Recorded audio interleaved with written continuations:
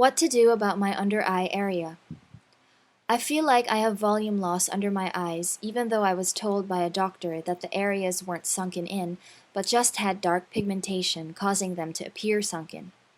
But I doubt this is the case because even when I put on concealer, I can still see the sunken area. I think filler would be a good option even though I was advised against it. Any recommendations? Thanks.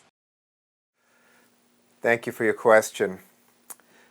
So it appears that you have some volume loss under your eye, but you have some confusion because a doctor advised you that there was a pigmentation that possibly may have been responsible for that perception of the volume being sunken in. So you've submitted 2 photos. So this is an area that can be very confusing. I'm a cosmetic oculofacial plastic surgeon practicing in Manhattan and Long Island for over 20 years, and there has been certainly an evolution in the perception of this area over these 2 decades. And when I look at a photo like yours, I would ask you to first understand some of the anatomy, so this way you can understand why there's some confusion, and then you can come up with some kind of plan based on this. So looking at your lower eyelids, when I look at that area that looks like it's sunken, that area is referred to as the tear trough area. Now this is an area where it's very common for people to be concerned about hollowing. Now above that area which looks like from the photo that there is some puffiness, that area is the area that we refer to as the orbital space, or an area where you can experience lower eyelid fat prolapse. Now, from the photos you submitted, it appears that there is actually a bulge of fat. And so when you think about this relative hollow, it might be because the bulge of fat that is adjacent is making that area look hollow. Now, if that isn't the case, and actually that area represents a relative hollow, then it's a different story. But I'm going to just advise you based on what I interpret from just the photo.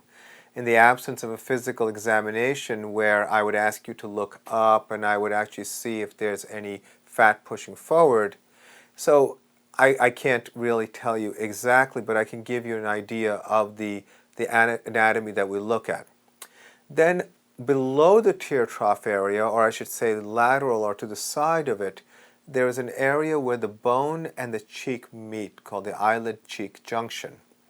Now this is an area where it is very common to lose volume, whether from being athletic when you're younger, genetics, or as we get older we lose volume and it becomes diminished, and sometimes we refer to that as the V deformity or loss of volume at the eyelid cheek junction.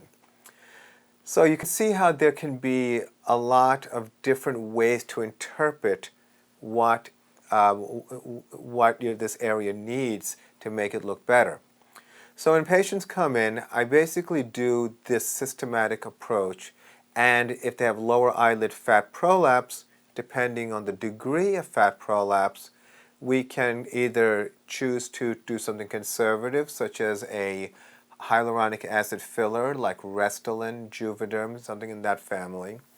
And that can be placed in the tear trough to reduce that obvious transition between the puffy under eye bags and the relative hollow underneath. If the fat pockets are more prominent, then we usually recommend something called a lower eyelid blepharoplasty. And in a younger person who doesn't have extra skin or there's no other indication to go from the outside, we typically would perform a transconjunctival blepharoplasty. Now, to also address some of these doctors' concern about the discoloration, I've educated my patients always that the eyelid skin is the thinnest skin in the body, and many times factors such as stress, environmental exposure such as sun, smoking, can cause this area to become thin, very ashen, very irregular, and very crepey. What we do to help skin quality is we use a material that's derived from your own blood called platelet-rich plasma. Platelet-rich plasma refers to the cells called the platelets and the plasma that goes with it in the absence of red blood cells, which are responsible for wound healing. And so we've learned from the technology already established in orthopedic surgery and in oral surgery that placing your own growth factors under the skin, in our practice we've been able to get a lot of nice results in stimulating new collagen, improving quality of skin with more blood supply.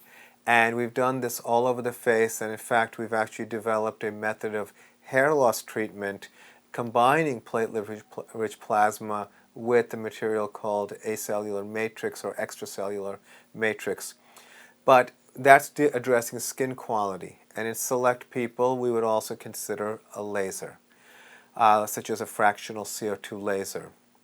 Then moving to the eyelid cheek junction, we would also consider using hyaluronic acid fillers in that area.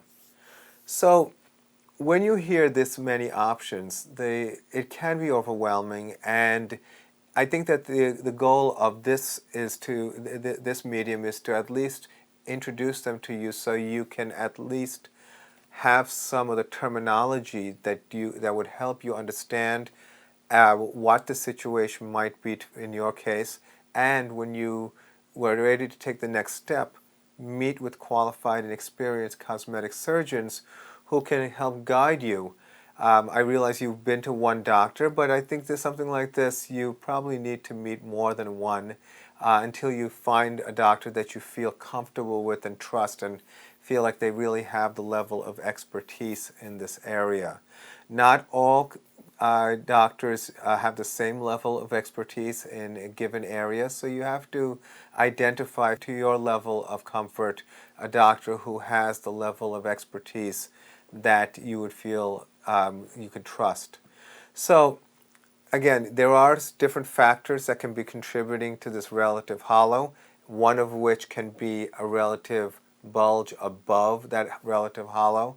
So again, meeting with doctors to learn about these different anatomic spaces and how to address them, and maybe it'll mean taking small steps when you are trying to figure out what will be a satisfactory result and will make you happy and not feel so concerned about this area.